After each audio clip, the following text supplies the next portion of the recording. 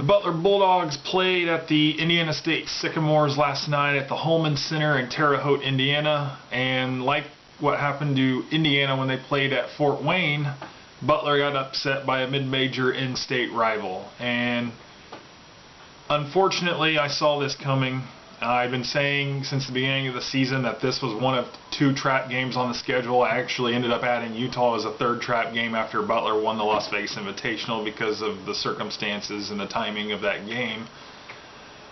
But, yeah, Butler comes into the game ranked number 16, undefeated. This was going to be the final time that Butler and Indiana State play each other for the foreseeable future. The rivalry's kind of going away.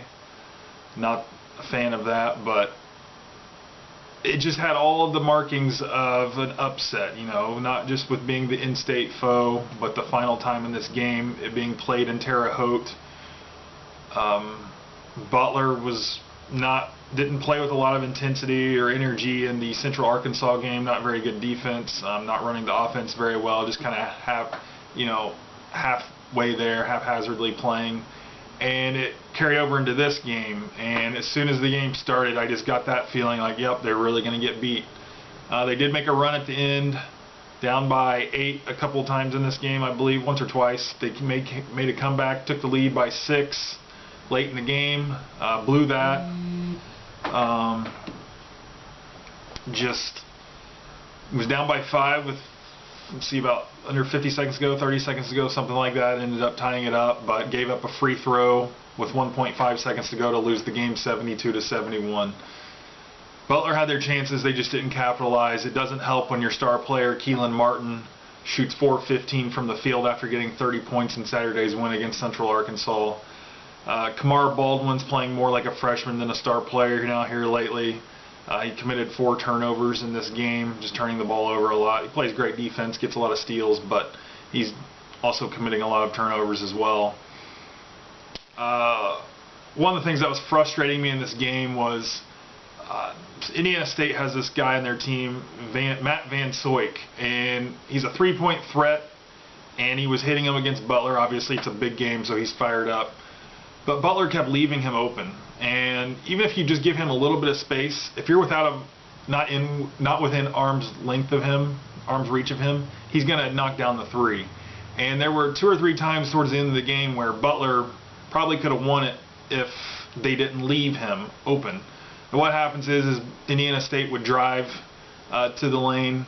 Whoever was guarding Van Soik would come off to try to play help defense to stop the drive, and obviously the guy penetrating would realize that, kick it out to Van Soik, who would be open for a 3 at that point, hit it. And there was 2 or 3 times at the end of the game where that kept happening, and especially there at the very end in the last, I can't remember if it was like 30 seconds or 50 seconds now. I was frustrated, but they were up by 2, and he knocks down a big 3 to go up by 5 late in the game.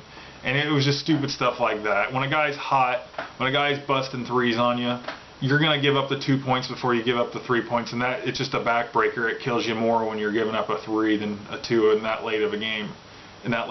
So just the help defense has got to learn to stick with the shooters and not, just do the best you can on the driver, and you got to just stay with the guy because he was knocking them down. Van Soik was 6 of 9 from the 3-point range, so I mean, obviously you can't be doing that.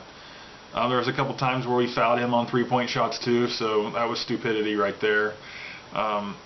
Butler didn't do a very good job shooting in the first half, only 37% from the field. Second half they picked it up. However, the free throws, 11 of 16 for 68.8%. That's not good enough. I mean, they only missed 5 free throws, but out of 16, there were at least 2 more free throws that they should have hit. Tyler Weidman went 1 of 4 from the line. If he hits just 1, we're talking overtime.